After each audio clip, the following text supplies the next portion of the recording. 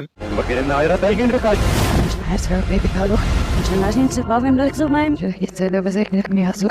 कि last episode में देखने वाले हैं कि जैद जब अपने घर पर वापस जाएगा उसके पास ये सबूत मौजूद होंगे कि किस तरह से रियान ने उसकी बीवी की इज्जत लूटने की कोशिश की है। और जब वो घर जाकर देखेगा और रियान उसके सामने ही खड़ा होगा तो अपने गुस्से पर वो काबू नहीं रख पाएगा और जैद के पास जरा भी शक व शुबे की गुंजाइश नहीं होगी कि किस तरह से सब लोग जानते हुए भी कि आर्या जो है वो सच कह रही है, दूसरे लोगों ने आर्या को झूठा साबित करने की कोशिश की। वो अपना सारा गुस्सा रियान पर उतार देगा।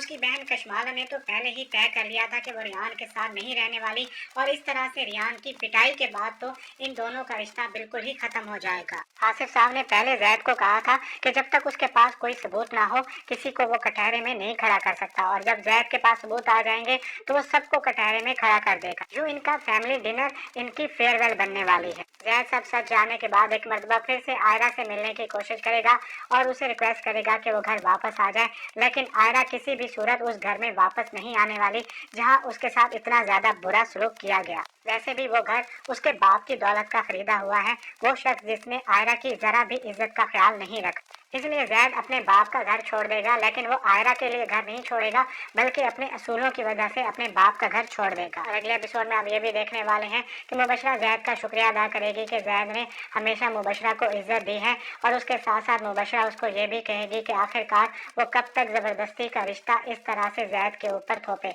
इसलिए वो जैद को खुला के कागजात सिग्नेचर करने के लिए देगी। यहाँ पर मुबशरा के लिए कुछ अच्छी एंडिंग नहीं होने वाली और जैद उससे अलहदी इख्तियार करने वाला है और उन कागजात पर साइन कर देगा। और लास्ट एपिसोड में आप ये भी देखने वाले हैं कि आयरा की भाभी पूरी कोशिश करेगी कि आयरा और जैद का पैचअप करवा सके, और वो इन कोशिशों में कामयाब भी होने वाली है। आसिफ साहब ने तो पूरी कोशिश की थी कि आयरा का घर बर्बाद हो जाए, लेकिन उनकी सारी कोशिशों के बाद आयरा का घर तो बर्बाद नहीं हुआ, लेकिन आसिफ साहब की अपनी बेटी का घर बर्बाद हो गया। कशमाला तलाक के बाद अपने ही घर में रहने का इरादा करेगी और अपने बाप को ये भी कहेगी कि वह कभी भी जिंदगी भर उससे बात नहीं करेगी। यहाँ पर आसिफ साहब सब कुछ हार चुके हैं, वो अपनी बेटी से आंखें भी नहीं मिला पा रहे और उसके साथ साथ उनका वाहिद अकलौता बेटा भी घर छोड़कर चला गया।